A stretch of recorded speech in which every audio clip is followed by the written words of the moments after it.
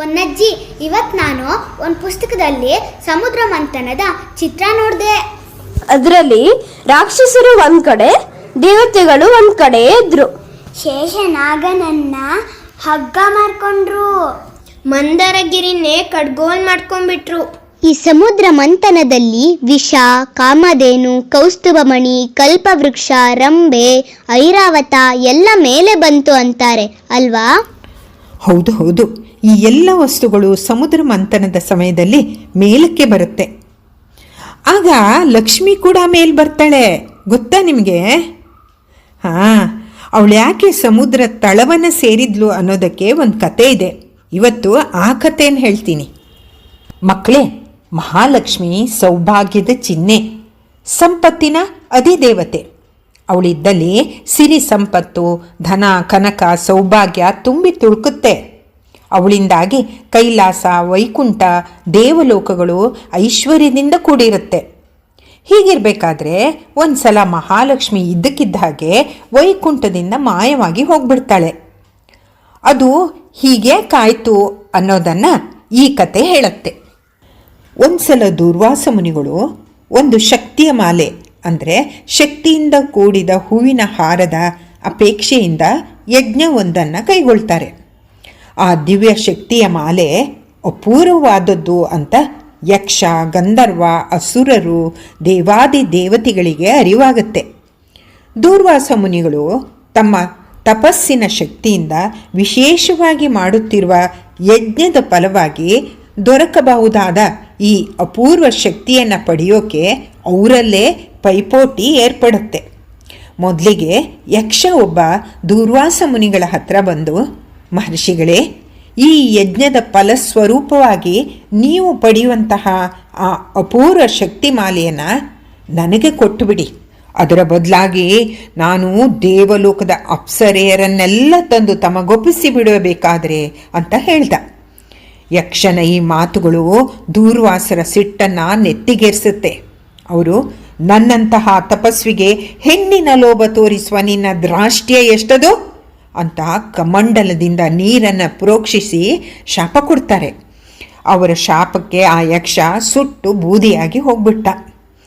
ಅಷ್ಟರಲ್ಲಿ ಅಸುರರ ಗುರುಗಳಾದಂತಹ ಶುಕ್ರಾಚಾರ್ಯರು ಹೇಗಾದರೂ ಮಾಡಿ ಈ ಶಕ್ತಿಮಾಲೆಯನ್ನು ಪಡೆದು ಅಸುರರಿಗೆ ಅರ್ಪಿಸೋಕೆ ಒಂದು ಉಪಾಯವನ್ನು ಹೂಡ್ತಾರೆ.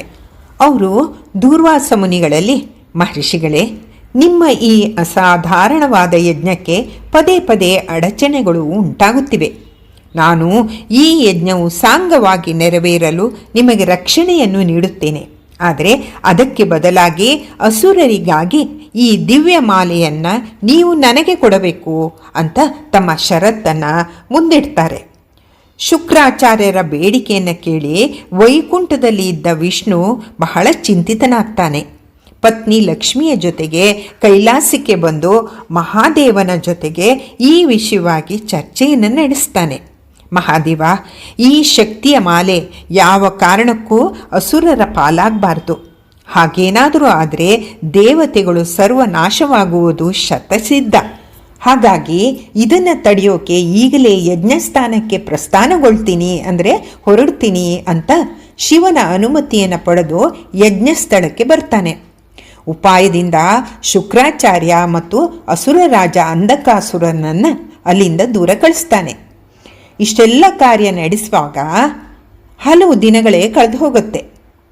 ಇತ್ತ ಲಕ್ಷ್ಮಿ ವಿಷ್ಣು ದೂರ ಹೋಗಿದ್ದರಿಂದ ವಿರಹ ವೇದನೆಯಿಂದ ಬೇಸರಗೊಳ್ತಾಳೆ. ಆಗ ಪಾರ್ವತಿ, ಲಕ್ಷ್ಮಿ, ಬೇಸರಿಸಬೇಡ, ವಿಷ್ಣು ಲೋಕ ಕಲ್ಯಾಣದ ಕಾರ್ಯಕ್ಕಾಗಿ ಅಲ್ಲಿಗೆ ಹೋಗಿದ್ದಾನೆ. ಕೆಲಸ ಮುಗಿಸಿಕೊಂಡು ಶೀಘ್ರವೇ ವಾಪಸ್ಸು ಬರುತ್ತಾನೆ, ಚಿಂತಿಸಬೇಡ ಅಂತ ಸಮಾಧಾನ ಮಾಡ್ತಾಳೆ. ಅವಳ ಸಂತೈಸುವಿಕೆಯಿಂದ ಸಂತಸಗೊಂಡಂತಹ ಲಕ್ಷ್ಮಿ ಪಾರ್ವತಿಯ ಜೊತೆಗೆ ಮಾತಾಡ್ತಾ ಇರಬೇಕಾದ್ರೆ ಇದ್ದಕ್ಕಿದ್ದ ಹಾಗೆ ಅದೃಶ್ಯವಾಗ್ಬಿಡ್ತಾಳೆ. ಅಕಸ್ಮಾತ್ತಾಗಿ ಮಾಯವಾಗಿ ಹೋದ ಲಕ್ಷ್ಮಿಯ ಅನುಪಸ್ಥಿತಿಯಿಂದ ಪಾರ್ವತಿ ಗಲಿಬಿಲಿಗೊಳ್ತಾಳೆ.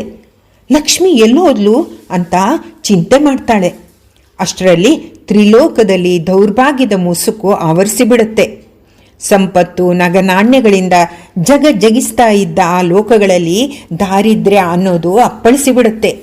ದೇವತೆಗಳು ಧರಿಸಿದಂತಹ ಆಭರಣಗಳು, ಒಡವೆಗಳು ಮಾಯವಾಗಿ ಅವರೆಲ್ಲ ದರಿದ್ರ ಭಿಕ್ಷುಕರ ಥರ ಆಗ್ತಾರೆ. ದೇವಲೋಕ, ಕೈಲಾಸ, ವೈಕುಂಠಕ್ಕೆ ಒದಗಿದಂತಹ ಈ ದುಸ್ಥಿತಿ ಕಂಡು ಎಲ್ಲರೂ ಭಯಭೀತರಾಗ್ತಾರೆ.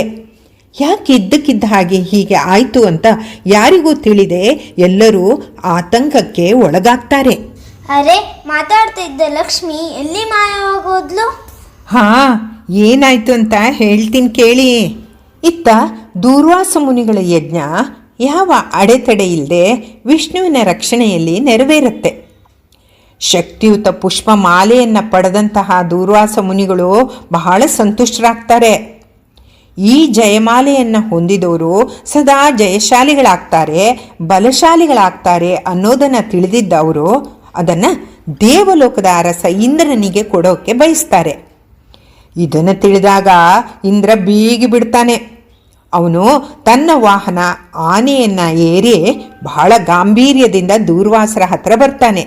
ಆದರೆ ಗರ್ವದಿಂದ ಆನೆಯಿಂದ ಇಳಿಯದೆ ಆ ಆನೆಯ ಮೂಲಕವೇ ಶಕ್ತಿಮಾಲೆಯನ್ನು ಪಡೆಯೋಕ್ಕೆ ಮುಂದಾಗ್ತಾನೆ. ದೂರ್ವಾಸ ಮುನಿಗಳು ಪುಷ್ಪಮಾಲೆಯನ್ನು ಹಿಡ್ಕೊಂಡು ನಿಂತಿದ್ರು. ಇಂದ್ರನ ಈ ವರ್ತನೆ ದೂರ್ವಾಸ ಮುನಿಗಳಿಗೆ ಹಿಡಿಸೋದಿಲ್ಲ. ಆದರೆ ಮಾತಿಗೆ ಕಟ್ಟಿಬಿದ್ದು ಅವರು ಸುಮ್ಮನಾಗಿ ಆ ದಿವ್ಯ ಹಾರವನ್ನು ಆ ಆನೆಯ ಸೊಂಡಿಲಿಗೆ ಸಿಕ್ಕಿಸ್ತಾರೆ.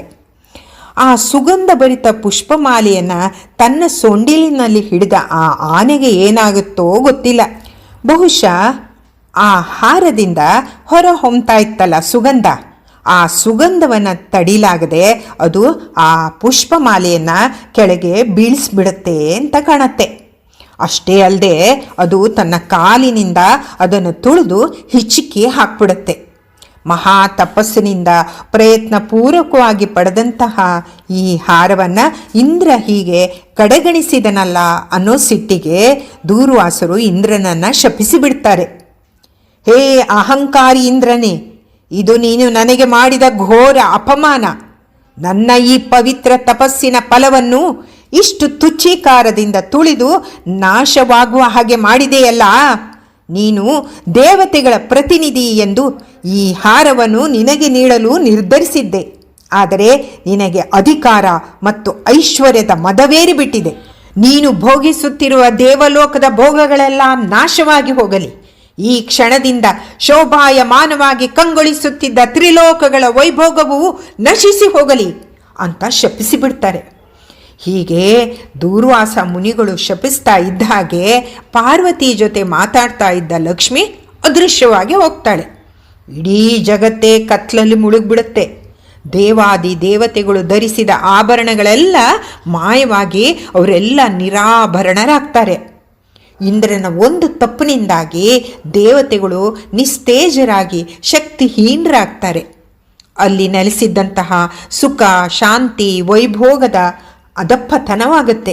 ಈ ಕಡೆ ವಿಷ್ಣುವಿಗೆ ತನ್ನ ಪತ್ನಿ ಲಕ್ಷ್ಮಿಯ ವಿರಹದ ನೋವು ಒಂದು ಕಡೆ ಆದರೆ, ದೇವತೆಗಳಿಗೆ ಒದಗಿ ಬಂದ ಈ ಸಂಕಟದ ದುಃಖ ಇನ್ನೊಂದು ಕಡೆಯಾಗಿ ಆತ ಬಹಳವಾಗಿ ಘಾಸಿಗೊಳ್ತಾನೆ.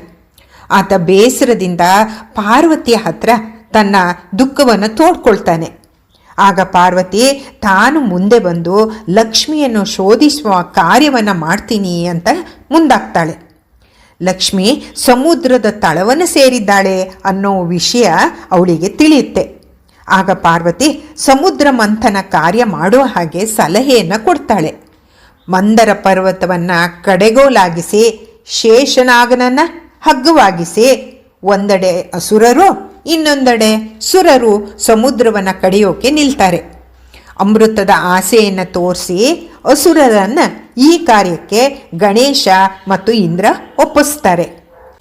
ಸಮುದ್ರ ಮಂಥನದ ವೇಳೆ ಸಾಗರದ ತಳಕಂಡ ಎಲ್ಲ ಅಮೂಲ್ಯ ವಸ್ತುಗಳು ಮೇಲೆ ಪ್ರಕಟಗೊಳ್ಳುತ್ತೆ.